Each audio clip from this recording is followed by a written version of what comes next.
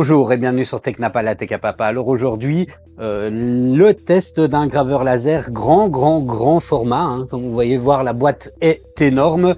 Il s'agit d'un laser de chez Atomstack, le X70 ou X70 Max, avec donc une grande surface de travail. Je remercie Atomstack de me donner l'opportunité de pouvoir le tester et on passe tout de suite aux caractéristiques. Alors au niveau des caractéristiques, hein, comme on peut le voir ici, c'est un gros laser hein, puisque on peut graver sur une surface de 85 cm sur 80 cm. C'est donc une belle taille de gravure pour un laser qui peut aller jusqu'à 70 watts. Alors je ne sais pas pourquoi ils disent maximum 360 watts ici, mais bon. Hein, c'est toujours un jeu sur la puissance du laser et la puissance de sortie. Mais donc en tout cas, on a un laser de 70 watts dedans. Et en fait, on a une diode switchable pour aller en 70 watts ou en 35 watts. Alors l'avantage d'une grande surface de travail, on le montre ici, c'est de pouvoir faire des grands objets ou de pouvoir faire beaucoup de reproduction, hein, comme on le voit ici. Attention toutefois qu'il faut l'espace et la table de travail. Au moment où j'enregistre, vous le verrez dans la vidéo, il y a une surprise. Au moment où j'enregistre, j'ai déjà fait l'unboxing, ici, hein, cette partie-là, et je n'avais pas de table assez grande pour le monter et pour le poser, donc j'ai dû l'utiliser par terre, ce qui n'est pas été très pratique, parce que, mais voilà, hein, c'est évidemment destiné à ceux qui ont la place pour pouvoir l'utiliser. Alors ce qui est bien pensé, c'est qu'au niveau des pieds, ils ont prévu des trous pour des vis, au cas où vous auriez envie de visser ça sur une plaque, hein, votre laser, pour qu'il ne bouge pas, vu la taille. Alors moi je vais pas le faire, hein, je l'ai pas vissé au sol. Par contre, avec cette taille de travail là, là ils ont un énorme honeycomb. Moi je n'ai pas d'honeycomb hein, de cette taille là, donc je vais mettre deux honeycombs l'un à côté de l'autre, ou en tout cas je vais voir comment je vais faire. Mais pour la découpe, c'est quand même toujours mieux d'avoir un honeycomb. Bon, alors ils mettent en avant toute une série d'informations sur la précision du laser, la question ici qui va nous intéresser. Bon, alors deux questions. Hein. Premièrement, le prix, il l'annonce à 2600 € avec 1999 € pour le moment en tarif Early Bird. Je pense que c'est le tarif qui restera. Alors ils disent que on peut retirer, avec une petite faute hein, au niveau ici, mais qu'on peut se débarrasser de notre laser CO quand on a un laser comme celui-là. Je vais pas dire que je suis d'accord avec cette assertion-là. On a une grande surface de travail et on a un laser qui va quand même être moins cher. Alors en fonction de ce qu'on fait, c'est à voir. On a un système de guidage sur rail linéaire qui est plutôt efficace, je trouve. On a une machine qui est robuste et qui est dans un matériau qui est vraiment bien fait. Bon, la taille de travail, on le disait. Ils disent qu'on peut découper en une passe dans du 28 mm, ça on regardera dans le test. Et on a un focus automatique en appuyant sur une seule touche. Et ça c'est vraiment quelque chose qui est sympa. On a un mode hors ligne avec un écran. Et pour le reste, j'ai envie de dire, il n'y a plus qu'à.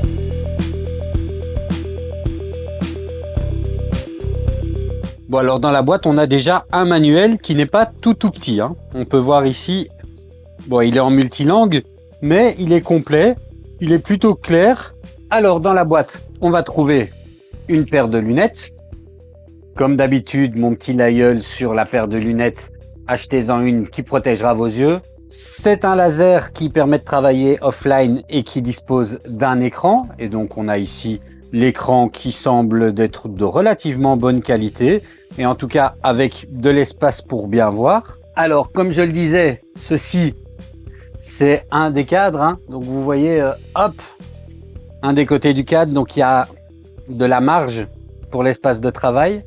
On a ici l'autre côté avec le boîtier de contrôle. On peut voir directement sur le boîtier de contrôle qu'il y a un bouton pour l'autofocus, un bouton on-off, une LED pour l'alarme, un bouton reset et de quoi mettre le port USB. Vous le voyez, c'est un laser qui n'arrive pas tout monter évidemment, hein, sinon on aurait besoin d'une énorme boîte.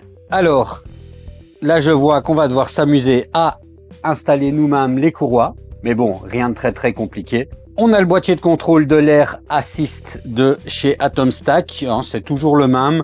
Et il a l'air d'être plutôt... Enfin, c'est toujours le même, le boîtier de contrôle. Au niveau de l'électronique à l'intérieur, je sais pas. Mais il a l'air d'être assez robuste. Le laser en lui-même, c'est donc un 70 watts. Il est énorme. Et on a deux modes. Hein, 35 watts. Pour avoir quelque chose d'un peu plus précis, plus contenu, et 70 watts alors qui va donner énormément de puissance. Au niveau du laser, on peut voir que la buse de l'air assist pulse directement au niveau du laser. Ça, c'est quelque chose que j'aime bien personnellement. Alors, on a l'autre partie avec la potence pour tenir le laser et on peut voir qu'on a un système de chaîne pour tenir les câbles. Donc, voilà. Alors, on a un petit peu de câblerie, un câble HDMI pour brancher l'écran. Ici, toutes les vis qui sont bien libellées dans chaque petit sachet avec la référence de la vis et l'étape à laquelle on va avoir besoin de l'utiliser. Ça, je trouve ça plutôt pratique. On a l'alimentation et vous pouvez voir qu'il rigole pas avec l'alimentation. Hein. Je crois qu'elle fait 2 kg elle toute seule. Elle est énorme et elle garde, et ça, je trouve ça bien, elle garde le style du laser. Hein. On n'a pas un gros bloc noir moche à côté. Donc voilà, ça c'est pas mal. Alors j'ai dit qu'on avait un autofocus, mais on a également une cale de mise au point, comme vous voyez ici, qui est plutôt détaillée et qui change un petit peu de ce qu'on a l'habitude de voir. Et enfin, une série de câbles pour la lime, pour l'USB, etc. Je vérifie si il reste encore quelque chose. Il reste encore une partie du cadre. Voilà. Donc tout est bien emballé, bien caché dans la boîte. Et voilà, je pense que c'est tout. On va maintenant pouvoir passer au montage et je ne sais pas si je vais avoir assez avec cette table de travail là ou si je vais devoir passer sur l'autre table. Donc, on verra ça tout de suite. Bon, alors là, j'ai un sérieux problème parce que, comme je dis que ce laser est énorme, je ne sais pas le monter. Je n'ai pas d'espace de travail. Je pense que je vais devoir bouger la place dans mon atelier et le monter par terre. Je n'ai pas la place pour l'utiliser dans mon atelier. Donc ça, c'est un point à savoir. C'est génial, ça offre énormément de possibilités de travail. Il faut savoir l'installer. Donc ça, c'est un point à savoir. Alors je vais bouger les meubles et on va voir. Bon, alors j'espère que vous m'excuserez, mais comme vous voyez, il faut énormément d'espace de travail et j'ai pas le même confort pour le monter habituellement. Je ne sais pas si vous vous rendez compte, mais regardez-moi au milieu ici. Hein, ça, c'est la taille du laser. C'est énorme. Alors, j'ai pas un honeycomb qui couvre tout ça. Hein. Bon, commençons le montage. Étape par étape. J'ai dû pousser des meubles pour arriver à cette situation. Alors, première étape, on prend les vis M5-25 et on vient monter les axes. On fait attention qu'ils sont dans le bon sens et surtout, on s'assure que les courroies soient bien installées. Alors, vous voyez, ici, il n'était pas forcément dans le bon sens. Donc, l'idée, évidemment, c'est que la courroie puisse librement circuler et qu'elle soit attachée ici, comme ceci. Ensuite, on attache les axes comme ça et comme ça. On va visser un petit peu, pas complètement, on resserrera une fois qu'on a tout qui est bien positionné.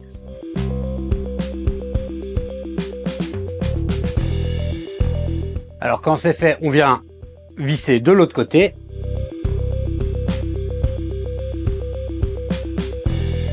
Et une fois que c'est fait et qu'on a bien mis nos courroies, eh bien, on fait pareil de l'autre côté. Comme vous le voyez, c'est pas forcément facile parce que la taille est énorme.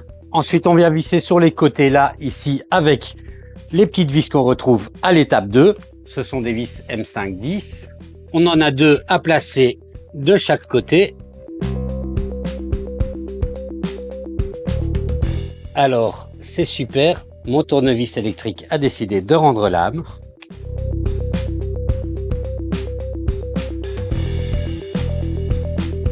Alors, l'étape suivante consiste à venir mettre l'axe X. Alors, pour ça, on pense bien à mettre vers l'avant la potence pour le laser et on vient le fixer ici, comme ceci et comme cela, et on vient visser. Alors, un point auquel il faut faire attention, c'est que vous voyez ici sur la courroie, il faut également visser ceci en dessous. Donc, il faut bien penser à le positionner comme il faut. Alors, pour ça, le plus simple, c'est de venir détendre un petit peu la courroie ici. Il aurait mieux fallu le faire avant. Bon, maintenant comme c'est un peu compliqué, je vais juste détendre un petit peu la courroie ici. Et voilà, maintenant ils sont bien positionnés comme ceci et ils se suivront. Je vais donc maintenant mettre la potence comme ceci, enfin l'axe X pardon, et je m'assure qu'il sera possible de visser en dessous le lien à la courroie. Une autre possibilité que de détendre la courroie, ça aurait été de desserrer un petit peu le coupleur. J'aurais peut-être dû faire ça. Bon, maintenant, on va venir prendre les vis de l'étape 3 et venir visser ici.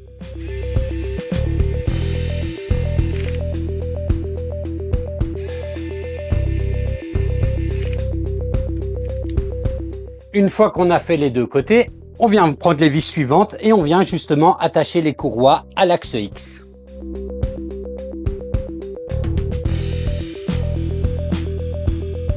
Quand c'est fait d'un côté, on le fait de l'autre.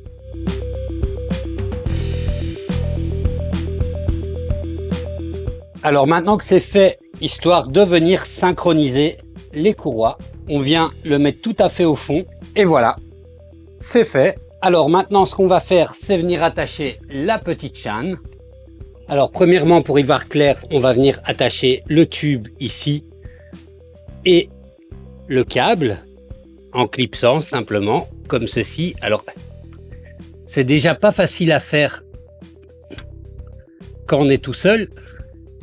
Eh ben, je vous assure que quand, en plus de ça, je dois penser à ce que vous puissiez voir ce que je fais, c'est vraiment pas facile. Et ensuite le tube de l'air assist. Et puis je viens fixer le bout de la chaîne ici en dessous. Il y a de quoi visser. Maintenant on voit que ça circule librement. Je viens attacher la petite partie qui reste ici, celle de l'air assist. Et ce qui reste du câble. Alors maintenant on va s'occuper de tendre la courroie. Alors pour régler la courroie, on va d'abord détendre ici un petit peu avec un petit coup de tournevis sur les deux, ça permet de détendre. Et avec ces vis-ci, on va venir mettre ça là, serré, et ça permettra de tendre la courroie. Et après on peut revisser ici et on fait ça de chaque côté. Et voilà, les courroies sont tendues. Je vais maintenant installer la tête de laser. Alors pour ceci, rien de bien compliqué. On vient le glisser ici dedans. Alors on va venir le brancher. Pour ceci, rien de bien compliqué. On a le câble jaune qui va dans le jaune. Le tube de l'air assist qui vient à la place du tube de l'air assist. Et enfin, on a deux câbles où on pourrait éventuellement se tromper. Un qu'on va mettre sur le laser et un qu'on va mettre ici sur le limit switch. Le plus court étant pour le limit switch et le plus long pour le laser. On a également les câbles du boîtier de contrôle et là encore, on ne sait pas vraiment se tromper puisqu'on a le câble jaune qui rentre dans le truc jaune et la grosse nappe qui rentre au seul endroit où elle peut rentrer.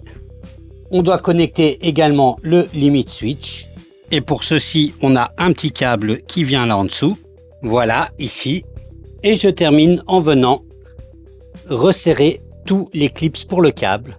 Alors dernière chose à faire, c'est de venir brancher l'air assist, l'alimentation et l'écran. Alors heureusement ils ont pensé des câbles bien assez longs parce que avec la taille du laser on n'a pas toujours la possibilité de l'avoir juste à côté de la prise. Alors là on a deux sorties, une 24 volts, une 36 volts, il faut qu'on la branche bien au bon endroit. Et comme vous pouvez le voir, on ne peut pas se tromper parce que c'est bien libellé. Donc ça c'est l'alimentation. L'air assist à sa propre alimentation. On va avoir besoin de venir attacher ici. Alors là, je trouve que le tube aurait pu être un peu plus long. Et enfin, on a l'écran. On vient brancher le câble HDMI de l'écran là celui de l'écran de l'autre côté. Et comme vous voyez, c'est magnétique, il peut tenir comme ça. Bon, alors pas la place la plus habituelle pour pouvoir filmer, hein, mais voilà, c'est la meilleure prise de vue que je peux avoir. Et en même temps, vous voyez comment je suis dedans. Il est énorme, énorme, énorme. Alors, à première vue, hein, avant de l'avoir utilisé, quel est déjà mon premier avis, mon premier coup d'œil? Premièrement, le montage, évidemment, est plus complexe que les lasers qui sont tout montés, mais n'est pas non plus très complexe. Ils ont pensé à faire des choses logiques et intelligentes pour les montages, et en suivant le manuel, ça devrait bien se passer. D'un point de vue de l'aspect et de la rigidité, on sent qu'on est sur quelque chose de solide. Alors, on a un peu l'habitude chez Atomstack, hein, de ces matériaux dans cette couleur un peu bleutée que moi j'aime bien. Et on est voilà, sur un aspect tout métallique, bien solide. Ce qui est positif également, c'est l'écran. Il est magnétique et on a un petit cap pour pouvoir l'utiliser de manière déportée. Donc ça, c'est pas mal. Alors on a un double arbre de transmission avec un double coupleur. Donc c'est mieux que d'en avoir une seule qui peut-être se serait pliée au fur et à mesure de l'utilisation. Donc ça, c'est pas mal. J'aime bien également le fait qu'on puisse choisir entre 35 ou 70 watts et pas être tout le temps sur 70 watts, même si on a un laser de 70 watts. Ça, c'est pour les côtés que je vois comme ceci, positifs. Les côtés plus négatifs, alors il y en a un qui n'est pas négatif en soi, vu que c'est le produit en lui-même qui est comme ça, mais c'est sa taille, hein. Il faut vraiment penser que vous ayez la place et la taille pour l'utiliser. Alors, si je regarde, on a plus d'1,20 m de profondeur, sur un peu plus d'1,10 m de large. Il faut avoir la place pour pouvoir le placer. Moi, je n'avais aucun plan de travail qui avait ces dimensions-là. Et donc, vous voyez, je me retrouve par terre avec ça. Alors évidemment, je ne crois pas qu'on fait des honeycombs de cette taille-là. En tout cas, j'en ai pas vu. Donc, si on veut découper des grandes planches, il faut trouver de quoi protéger la surface sur laquelle vous travaillez. Et si, comme moi, vous êtes obligé de travailler au sol, il va falloir protéger le sol. Le système de courroie a l'air assez efficace, mais, parce qu'il y a un mais, j'ai un peu peur que si une courroie casse, c'est un peu ennuyant, quoi. Il faut vraiment tout démonter si la courroie casse. Donc ça, peut-être un système un peu plus user-friendly aurait été intéressant. Ce que j'ai pas noté dans les points positifs, hein, je le vois, c'est que le câble management est très très propre. De ce côté-là, on n'a vraiment pas de soucis. Donc alors vous le voyez, hein, je n'ai pas grand-chose de négatif à dire. Pour le moment, hein, avant de l'avoir utilisé, si un laser de cette puissance et de cette taille est quelque chose d'utile pour vous. Ah oui, si, un truc négatif, c'est que je trouve que le tube de l'air assist, là, je peux même pas vous le montrer là, mais c'est pas grave, il n'est pas assez long. Je parle du tube, hein, pas de la prise de courant. Bon, j'imagine aussi que ce laser fait un potin de dingue, mais là, je ne l'ai pas encore allumé. Bon, alors on peut encore se rendre compte de la taille du laser quand on regarde la plaque que j'utilise habituellement pour protéger mon plan de travail dans mes autres lasers. Elle est toute petite dans un coin là. Alors là, elle va m'être utile pour le moment parce que je vais d'abord faire 1 ou 2 tests pour m'assurer que ça fonctionne bien. On va faire la découpe avec le 70 watts et voir ce qui peut découper en un coup. Alors, il va y avoir de la fumée, hein, donc mon purificateur d'air va tourner à fond. Moi, je vais me mettre un masque parce que je sens que ça va pas être possible sinon. Et petit détail, hein, je vous le montre ici. Petit détail intéressant, on a une croix de positionnement. Donc ça, c'est plutôt pas mal. Alors le premier test que je vais faire avec, ça va être de découper dans un gros morceau de bois. On a donc ceci, c'est du 30 mm. Je vais essayer de découper dedans pour voir s'il arrive en une passe, en mode 70 watts, à découper dans du 30 mm. Alors, pour le focus, comme je le disais, c'est très très simple. On a un bouton autofocus, on appuie ici simplement. Et vous voyez, il fait sa petite procédure de focus tout seul. Alors, c'est évidemment quelque chose qui marche quand vous voulez graver. Pour la découpe, vous devez aller plus bas. Donc pour ça, vous pouvez toujours prendre la cale et découper et mettre ici et puis descendre manuellement pour faire un focus manuel.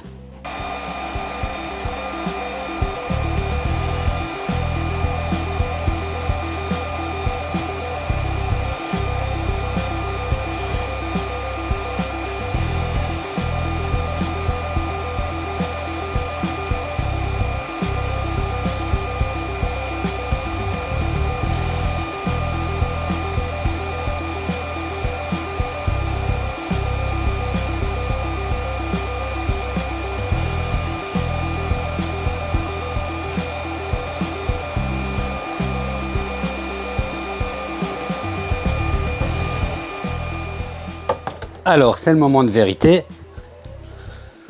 Hop. Est-ce que ça a coupé? Eh ben voilà. Ça a coupé. Propre, sec, net. Aucun problème. Dans 30 mm de pain en une passe. Bon, alors je vais pas faire 140 millions de tests parce que c'est pas très pratique pour moi de travailler comme cela. Toujours est-il que l'intérêt d'avoir un grand laser, c'est de pouvoir faire des grandes plaques. Donc là, j'ai acheté une plaque de 80 cm sur 40 et je vais faire une petite déco avec cette plaque. Et après, je vais la peindre pour lui donner un effet acier Corten. Donc, je vous montre ceci.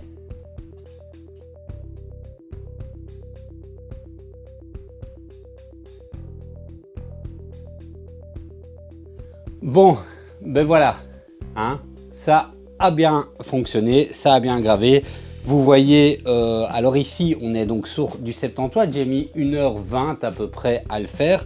Et franchement, c'est pas mal hein, d'obtenir un résultat. Alors j'essaie de cadrer. C'est pas mal d'obtenir un résultat comme ceci en 1h20. Vous allez évidemment pas utiliser le 70 watts si vous voulez utiliser de la précision. C'est pour ça, enfin si vous voulez de la précision, c'est pour ça qu'il y a le petit switch pour passer en mode 35 watts. Vous irez moins vite, mais vous aurez un peu plus de précision. Toujours est-il qu'ici, pour moi, ça donne un super résultat. Et puis voilà, ça me fait une super plaque que je vais pouvoir mettre quelque part dans mon atelier.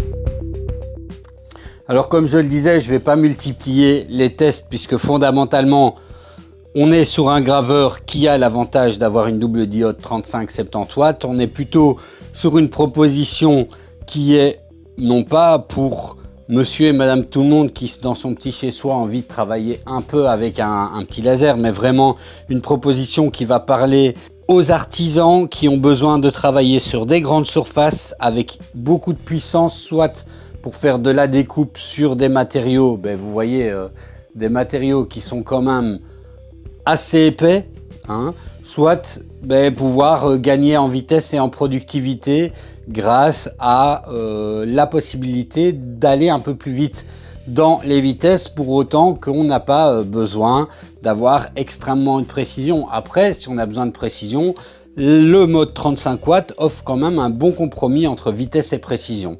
Comme je le disais un petit peu avant, on est sur la même proposition que celle du Ikir en termes de fonctionnalité et de performance. Après, c'est la même boîte, hein, donc, mais on a surtout donc ici l'avantage de cette très grande surface de travail de 80 sur 85. Alors, quelle conclusion je pourrais donner pour cette vidéo? Une conclusion qui est plutôt positive.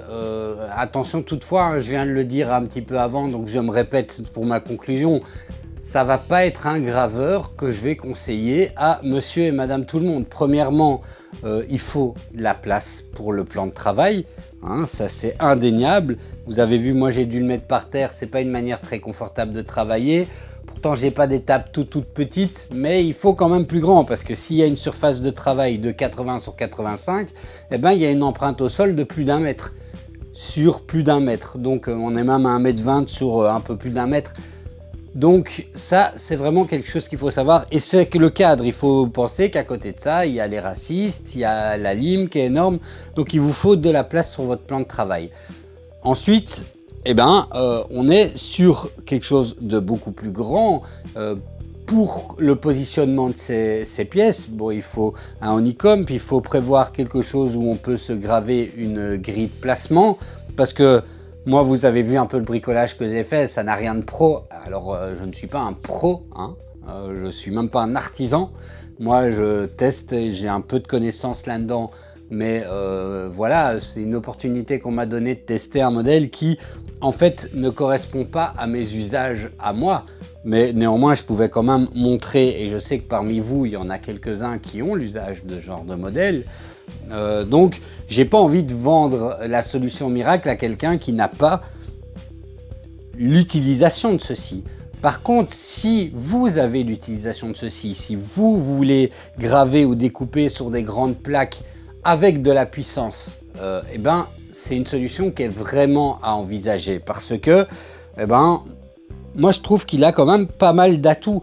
J'aime bien le look, il est fiable, le cadre est... Enfin, j'ai déjà testé des graveurs laser avec des cadres qui respirent pas la solidité. Ici, on respire une proposition, enfin, on a un cadre qui respire une proposition qui tient la route, qui est cohérente. Il est bien équipé, on a le mode hors ligne, on a donc l'écran pour le mode hors ligne avec un câble radio qui permet de prendre l'écran en hauteur ou plus loin. Et vu la taille du truc, ben ça, s'il y a des cas d'usage où c'est un peu intéressant. On a un câble management qui est extrêmement propre. Bref, on coche quand même pas mal de cases. La seule chose pour laquelle moi j'ai pas beaucoup aimé la manière, donc le système de gestion de réglage des courroies. Je trouve que voilà, vu la taille du truc, on est très sensible à une courroie pas bien réglée. Ça, c'est un truc à savoir.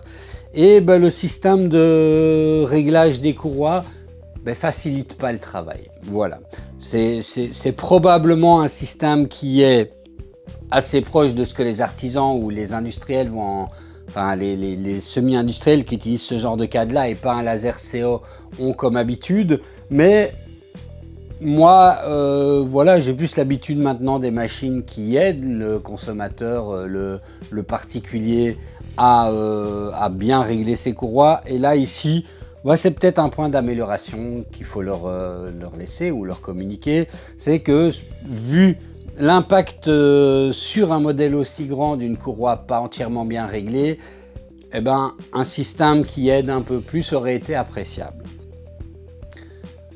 Donc voilà, je vais m'arrêter ici hein, pour la conclusion de cette découverte. N'hésitez pas à me dire en commentaire ce que vous avez pensé de cette machine et j'ai plus qu'à vous dire à la prochaine.